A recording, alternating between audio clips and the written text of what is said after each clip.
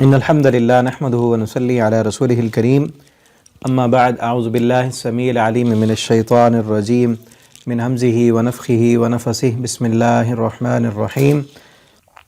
فَإِذَا پس جب قضیت پوری ہو جائے الصلاۃ نماز، جب پوری کر لی جائے نماز، تم پڑھ لو، جمعہ کا خطبہ بھی سن لیا اور نماز بھی جماعت کے ساتھ پڑھ لی تم نے فَانْتَشِرُوا بس اب منتشر ہو جاؤ۔ اردو میں بھی ہم کہتے ہیں نا منتشر ہو جانا، پھیل جانا، کہ اب تم پھیل جاؤ فی الارض زمین میں، اللہ کی زمین میں اب پھیل جاؤ، وابتغوا اور تلاش کرو من فضل اللہ، اللہ کا فضل، اللہ کی نعمتیں تلاش کرو، اپنی حلال روزی تم جائز طریقوں کے ساتھ اسے تم تلاش کرو، وذکروا اللہ اور ذکر کرو تم اللہ کا کثیراً بہت زیادہ، لعلکم تاکہ تم تفلحون کامیاب ہو سکو۔ یہاں پر اگر آپ غور کریں تو بہت ہی اہم ترین بات میں آپ کو بتلانے لگا ہوں۔ اللہ رب العالمین نے یہاں اپنا ذکر کرنے کا حکم دیا اور کہا کہ ذکراً کثیرا، ذکر کثرت کے ساتھ کرنا ہے۔ اور پیچھے کیا بیان ہو رہا ہے کہ جب جمعہ کی نماز پڑھ لو نا تو پھر اپنے کاروبار کی طرف جاؤ، اپنی دکان میں، اپنی فیکٹری میں، اپنی کمپنی میں، اپنی جاب پر تم چلے جاؤ اور اللہ کا رزق تلاش کرو۔ لیکن یاد رکھنا اے تاجروں، اے بزنس مینوں، اے دنیا کا مال حلال طریقے سے اکٹھا کرنے والوں، اگر کامیاب ہونا چاہتے ہو نا تو فَاذْكُرُوا اللَّهَ ذِكْرًا كَثِيرًا، اللہ کا ذکر کثرت کے ساتھ کرنا ہے، لَعَلَّكُمْ تُفْلِحُونَ تاکہ تم کامیاب ہو جاؤ۔ کامیابی کا راز اللہ کا ذکر ہے، کثرت کے ساتھ آپ اللہ کا ذکر کریں۔ جس طرح پچھلے سبق میں میں نے کہا تھا سبحان اللہ و بحمدہ سبحان اللہ العظیم، اس کو کثرت کے ساتھ پڑھیں، اور میں نے کہا تھا کہ اس صورت کے آخر میں بتاؤں گا کہ کامیابی کا راز اصل کیا ہے۔ کامیابی اگر آپ چاہتے ہیں دنیا کے اندر بھی اور آخرت میں بھی تو اس کامیابی کا راز اللہ کا ذکر ہے۔ نبی کریم صلی اللہ علیہ وسلم نے اپنے صحابی سے کہا کہ لا یزال لسانک رطبا من ذکر اللہ، آپ کی زبان ہمیشہ اللہ کے ذکر سے تر رہے۔ آپ موٹر سائیکل چلاتے، آپ گاڑی میں بیٹھے، دکان پر بیٹھے، آپ گھر سے جاتے، ہر وقت آپ اللہ کا ذکر زبان پر رکھیں۔ کبھی سبحان اللہ پڑھیں، الحمدللہ پڑھیں، لا الہ الا اللہ پڑھیں، سبحان اللہ و بحمدہ سبحان اللہ العظیم پڑھیں، اس کی برکتیں دیکھیں۔ آپ کی زندگی کو اللہ رب العالمین رحمتوں اور برکتوں سے بھر دیں گے۔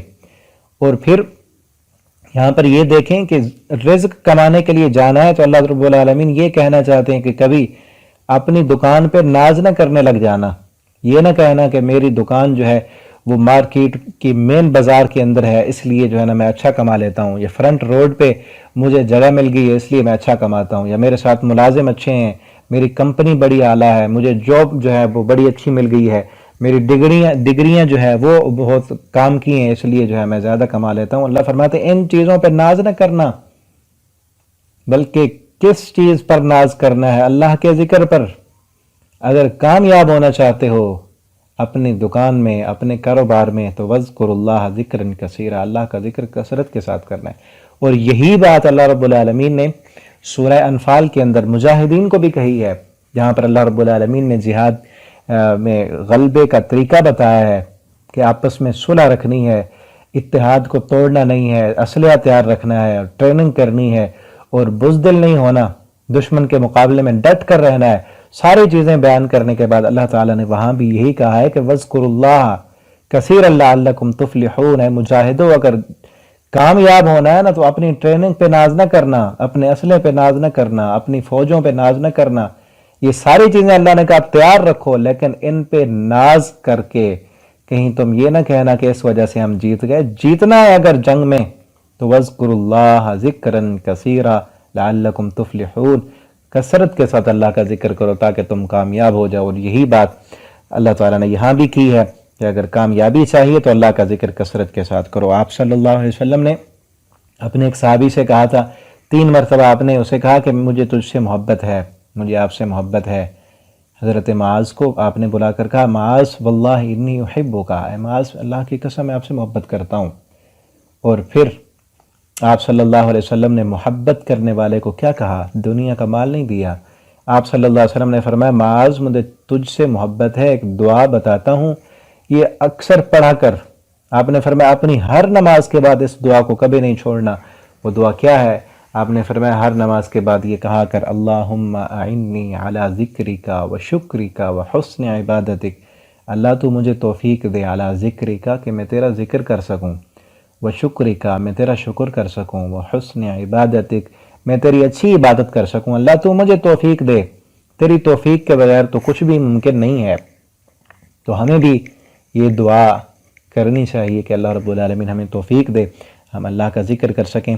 آگے دیکھیں وَإِذَا اور جب رَأَوْا دیکھا انہوں نے تجارتاً تجارت کو، او لہوا یا کھیل کود کو، انفضوا تو وہ دوڑ گئے، اس کی طرف چلے گئے، الیہا اس تجارت کی طرف، وَتَرَکُوکَ اور چھوڑ دیا انہوں نے آپ کو قائمہ کھڑے ہوتے ہوئے۔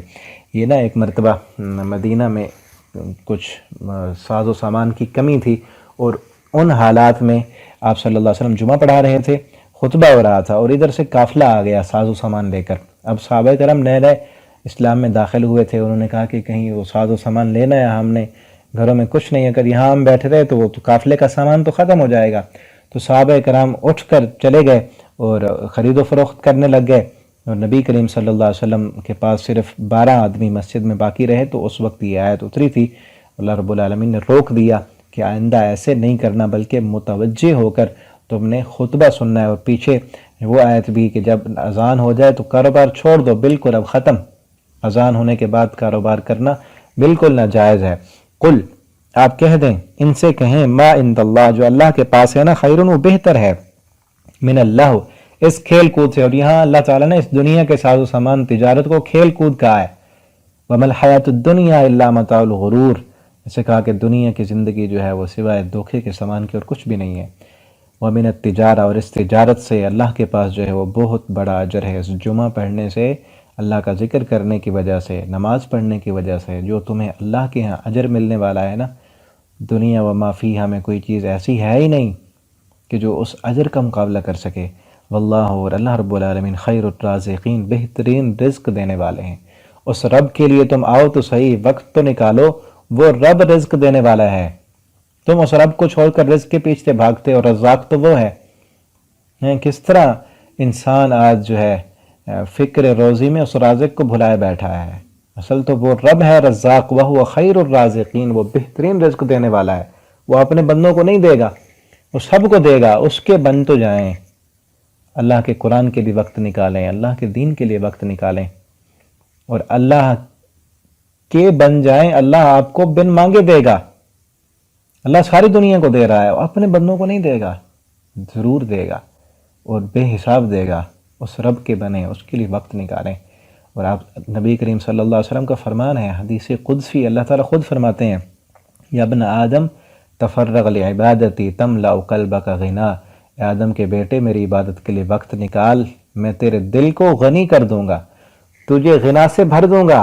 اور آگے فرمایا کہ اگر تیرے پاس میری عبادت کے لیے وقت نہیں ہے نا، قرآن کے لیے، نماز کے لیے، میرے لیے وقت نہیں، اللہ فرماتے ہیں تیرے دل کو میں فقیر کر دوں گا۔ کروڑوں ہونے کے باوجود بھی دل فقیر ہوگا، تو اللہ رب العالمین سے مانگیں، وہ بہترین رزق دینے والے ہیں۔ اللہ رب العالمین ہمیں اپنے خزانوں سے حلال اور پاک رزق دیں۔ اور آگے بلکہ یہ سورت یہاں پر ختم ہو گئی ہے، واللہ خیر الرازقین پر، اللہ رب العالمین ہی بہترین رزق دینے والے ہیں۔ اللہ تعالیٰ سے دعا ہے اللہ رب العالمین ہمیں قرآن حکیم کو پڑھنے، سمجھنے اور اس کے مطابق زندگی بسر کرنے کی توفیق عطا فرمائے۔ آج یہ سورہ جمعہ ہماری ختم ہو گئی، اور انشاءاللہ اس کورس میں اگلی سورت ہم سورہ منافقون پڑھیں گے۔ جیسا کہ پہلے بتایا تھا کہ اس سورت کو بھی آپ صلی اللہ علیہ وسلم جمعہ والے دن پڑھا کرتے تھے۔ اس کے بعد انشاءاللہ سورہ ملک پڑھیں گے۔ اللہ تعالیٰ ہمارے اس کوشش کو، اس کام کو پائے تکمیل تک پہنچا دیں اللہ تعالیٰ، اور اس کام کو ہمارے لیے صدقہ جاریہ بنا دیں آپ سب کے لیے۔ اور آپ ان اسباق کو اپنے دوستوں کے ساتھ بھی ضرور شیئر کیا کریں تاکہ آپ کے لیے بھی یہ صدقہ جاریہ بن جائے۔ السلام علیکم ورحمۃ اللہ وبرکاتہ۔ آگے انشاءاللہ ہم اگلے سبق میں پڑھیں گے، آپ ان اسباق کو آگے دوستوں کے ساتھ شیئر بھی کیا کریں تاکہ آپ کے لیے صدقہ جاریہ بنے۔ انشاءاللہ کل کے سبق میں آگے انشاءاللہ ہم پڑھیں گے۔ والسلام علیکم ورحمۃ اللہ وبرکاتہ۔